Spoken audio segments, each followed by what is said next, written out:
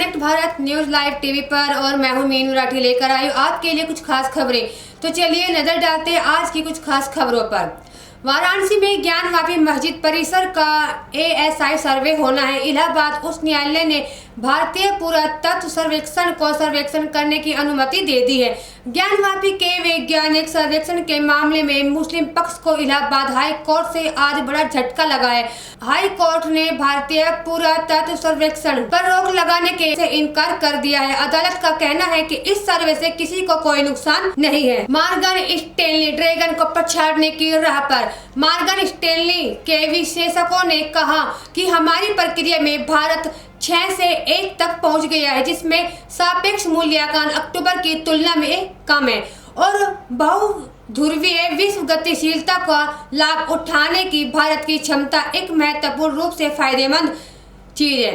Report में कहा गया है कि भारत यकीन मॉर्गन स्टैनली ड्रैगन को पछाड़ने की राह पर चल चुके हैं।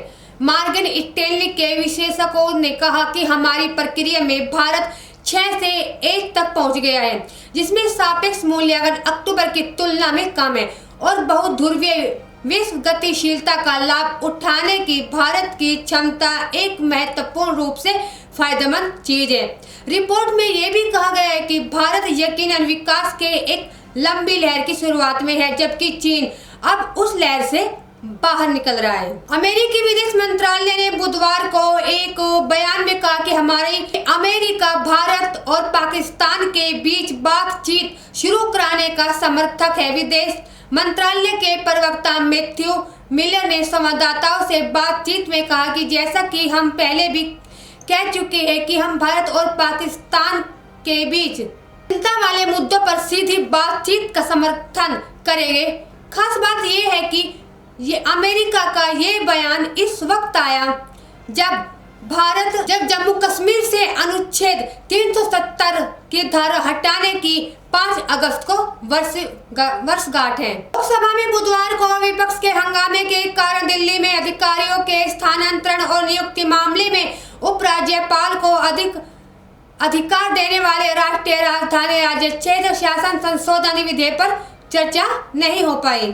केंद्रीय इलेक्ट्रॉनिक और IT मंत्री राजीव चंद्रशेखर ने बुधवार को कहा कि उन्हें बृहस्पतिवार को डिजिटल पर्सनल डाटा प्रोटेक्शन विधेयक संसद में प्रस्तुत होने की उम्मीद है। उन्होंने राज्यसभा सांसद जॉन ब्रिटास के इस आरोप को नकार दिया कि DPDP विधेयक को संचार व IT के लिए बनी स्थायी समिति को पहले से दिया गया है। चंद्रशेखर ने आगे कहा कि वह गलत जानकारी फैलाने की कोशिश कर रही है। स्थायी समिति ने खुद ही नागरिकों की निजता और डाटा संरक्षण विषय का मूल्यांकन किया, पुराने मसौदे को देखा और टिप्पणियां की है।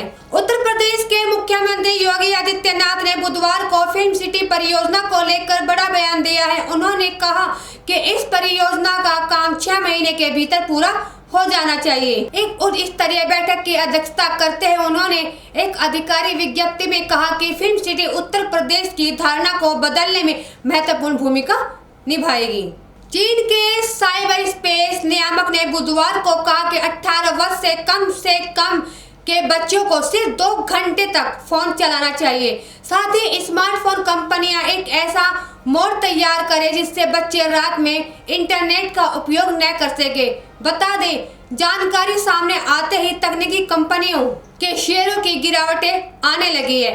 चीन के साइबर स्पेस प्रशासन ने कहा कि वो चाहता है कि स्मार्ट उपकरणों में प्रदाता माइनर मोड प्रोग्राम पेश करे जो 18 वर्ष से कम उम्र के उपयोगकर्ताओं को रात 10 बजे से सुबह 6 बजे तक मोबाइल पर इंटरनेट का उपयोग करने से रोक सके। कनाडा के खालिस्तान में समर्थकों ने कनाडा समेत कुछ देशों में पिछले महीने भारतीय दूतावासों पर प्रदर्शन की योजना बनाई थी। हालांकि कनाडा में भारतीय दूतावास के सामने देशभक्तों की भीड़ के जुटने से अलगाववादी अपने मंसूबों पर कामयाब नहीं हो पाए थे।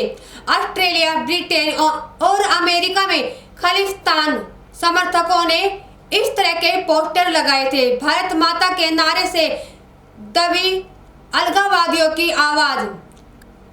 ब्रिटेन और ऑस्ट्रेलिया में भी सुरक्षा बलों ने उन्हें कोई कदम नहीं उठाने दिया। विदेश मंत्री जयशंकर ने कनाडा के सामने उठाया था मुद्दा।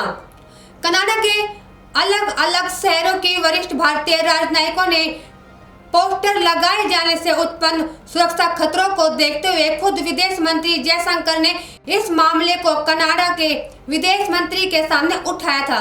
इसके बाद ही कनाडा ने भारतीय दूतावासों की सुरक्षा व्यवस्था कड़ी कर दी थी। आज के लिए बस इतना ही। आगे भी हम आपके लिए लेकर आते रहेंगे कुछ और खास खबरें, तो बने रहिए हमारे channel connect Bharat news live TV.